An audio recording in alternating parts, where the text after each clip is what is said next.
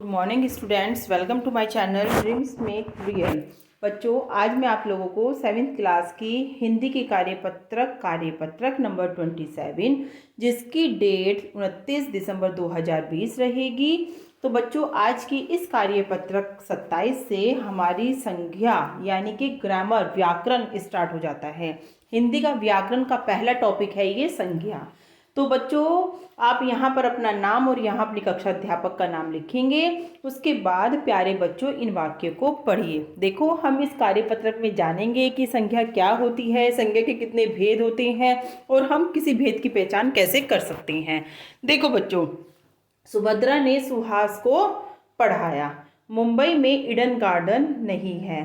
महाभारत की रचना वेद व्यास ने की थी। आप देख रहे होंगे कि इसमें कुछ शब्द रेड पेन से लिखे गए हैं। तो बच्चों, वो हमारी संज्ञा है और संज्ञा में भी प्रकार है कि कौन सा प्रकार है। बचपन की तरह की नादानी अब बुढ़ापे में कहाँ रह गई है। कक्षा में सभी विद्यार्थी झुंड बनाकर खड़े हैं।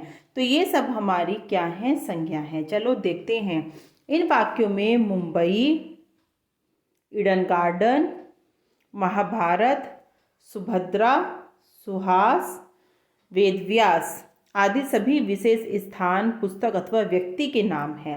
तो इसका मतलब किसी विशेष व्यक्ति, स्थान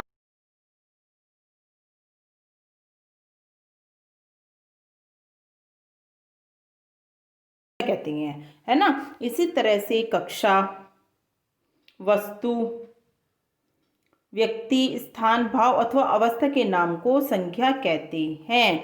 तो बच्चों, किसी व्यक्ति, स्थान, वस्तु के नाम को हम क्या कहते हैं, संज्ञा कहते हैं। और संज्ञा को इंग्लिश में हम नाउन कहते हैं।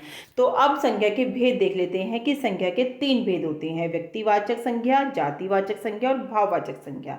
देखो बच्चों, व्यक्तिवाचक संज्ञा क्या होती है, जिसको हम इंग्लिश में बोलते हैं प्रॉपर नाउन। वे संज्ञा शब्द जो किसी विशेष वस्तु, व्यक्ति अथवा स्थान के नाम का बोध कराते हैं। किसका? विशेष यानी कि स्पेशल थिंग, पर्सन और हमें प्लेस का बोध कराते हैं। उन्हें हम व्यक्तिवाचक संज्ञा कहते हैं। जैसे कि ताजमहल आगरा में है। आज आगरा में क्या है? ताजमहल। ताजमहल एक ही है यानी कि विशेष है, स्पेशल है। तो ये हमारा क्या हो जाएगा? ये हमारा व्यक्तिवाचक संज्ञा हो जाएगा। बच्चों, आपको यही बात याद रखनी है कि जो संसार में एक है ना, और किसी भी व्यक्ति का, वस्तु का, किसी भी चीज के नाम को हम व्यक्तिवाचक संज्ञा का क्या करते हैं, उसको व्यक्तिवाचक संज्ञा हम कहते हैं। जो एक है, स्पेशल है। जैसे कि कल्पना चावला कोलंबिया में थी। कल्पना चावला एक ही है ना, और कोलंबिया भी हमें एक ही बताया जा रहा है। अगर हमारे यहाँ पर गर्ल होता, वुमेन होता, कंट्री होता, तो वो हमारा क्या हो जाता है? जातिवाचक। लेकिन नहीं, ये किसी एक नाम का बोध करा रहा है, तो इसका मतलब ये व्यक्तिवाचक है। जातिवाचक संज्ञा में पूरी जाति का बोध होता है ना। जैसे कि युवक हमें किसी एक व्यक्ति का नाम नहीं बता रहा है। युवक में बहुत सारे युवक आ सकते हैं।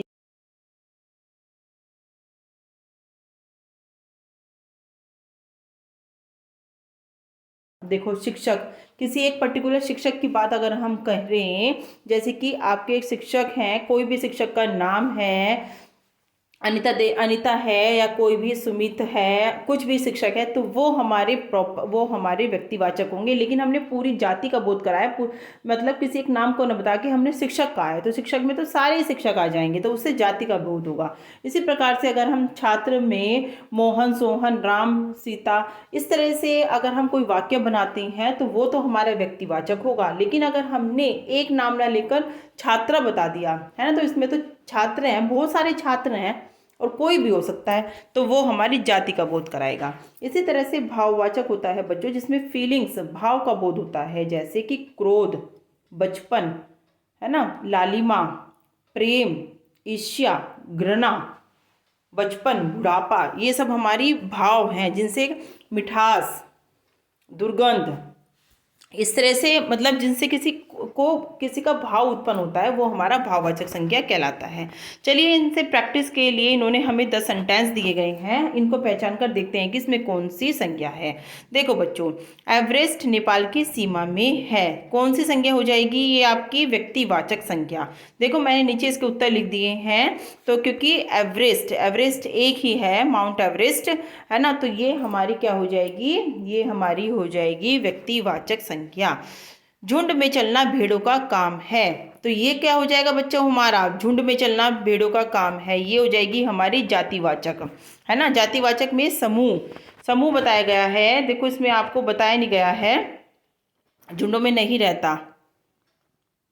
जातिवाचक भी हमारी दो तरह की होती है, समूहवाचक और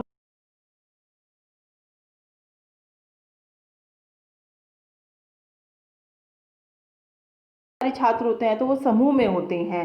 तो इसी तरह से कमेटी में बहुत सारे लोगों से मिलकर कमेटी बनती है, तो ये समूहवाचक है। इसी तरह से द्रव्यवाचक में भी होता है, लेकिन ये आपका बच्चों झुंड है, तो ये हमारा जातिवाचक संज्ञा कहलाएगी। क्रोध अकल को खा जाता है, क्रोध भाववाचक संज्ञा हो जाएगी। नारी की दशा से देश का दृष्टिकोण पता चल जाता है, ये नारी पूरी नारी का बोध करा रही है, हर तरह की नारियां हों। और देश भी हमारा जातिवाचक है, क्योंकि किसी एक पर्टिकुलर देश का नाम नहीं लिया गया है, दोनों में ही, नारी में भी और देश में भी जातिवाचक संज्ञा हमारी आएगी। ताजमहल के चबूतरे की लंबाई और चौड़ाई बराबर है, ये कौन सा हो जाएगा बच्चों? भाववाचक संज्ञा, क्योंकि लंबाई और चौड़ाई भाववाचक संज्ञा होती है। लाल किला दिल्ली में है, तो ये हमारा व्यक्तिवाचक हो जाएगा बच्चों, दोनों ही हमारे व्यक्तिवाचक रहेंगे। लाल किला भी एक ही है और दिल्ली भी एक ही है, इट मीन्स स्पेशल है, व्यक्तिवाचक है। राहुल को गुस्सा आ गया, ये तो बच्चों व्यक्तिवाचक ही, आपको पता ही है, किसी भी व्यक्ति का नाम हो वो स्पेशल होता है, तो वो व्यक्तिवाचक है। मेरे घर में आम का पेड़ है, तो ये क्या हो गया बच्चों? ये आपका जातिवाचक हो जाएगा, है ना, क्योंकि पेड़ हमारा बरगद का पेड़, पीपल का पेड़, आम का पेड़, बहुत सारे तरह के पेड़ होते हैं, किसी एक पर्टिकुलर पेड़ का बारे में नहीं बताया गया, तो इन्होंने पेड़ के नीचे अंडरलाइन की है, तो ये हमारा जातिवाचक हो जाएगा। सदा सत्य बोलो बच्चों, हाँ, ये हमारा हो जाएगा भाववाचक संज्ञा। सत्य है ना, ये फीलिंग हो रही है, भाव पता चल रहा है, तो भाववाचक संज्ञा। और वे बुढ़ापे से दुखी है, ये भी बच्चों हमारा भाववाचक संज्ञा बन जाएगी। तो मैंने सभी के उत्तर नीचे लिख दिए हैं आपके, कौन कौन सी संख्या, कौन कौन से सेंटेंस वाक्य में कौन कौन सी संज्ञा आ रही है। आप इसके आगे जातिवाचक संज्ञा लिख लेना, और यहाँ पर मैंने संज्ञा नहीं लिखा, तो इस हिसाब से बच्चों आप अपना काम कंप्लीट करना। अपनी कॉपी में आप पहले ऐसे करना, 10 वाक्य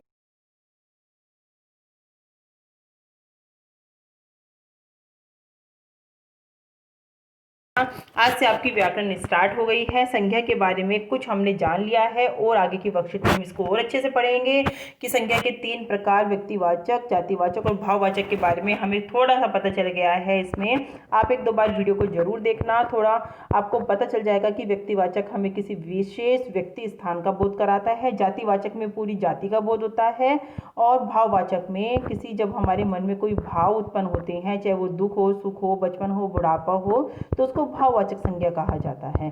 तो बच्चों इस तरह से आपकी आज की वर्कशीट कंप्लीट होती है। वीडियो को लाइक और चैनल को सब्सक्राइब जरूर करना। Thank you.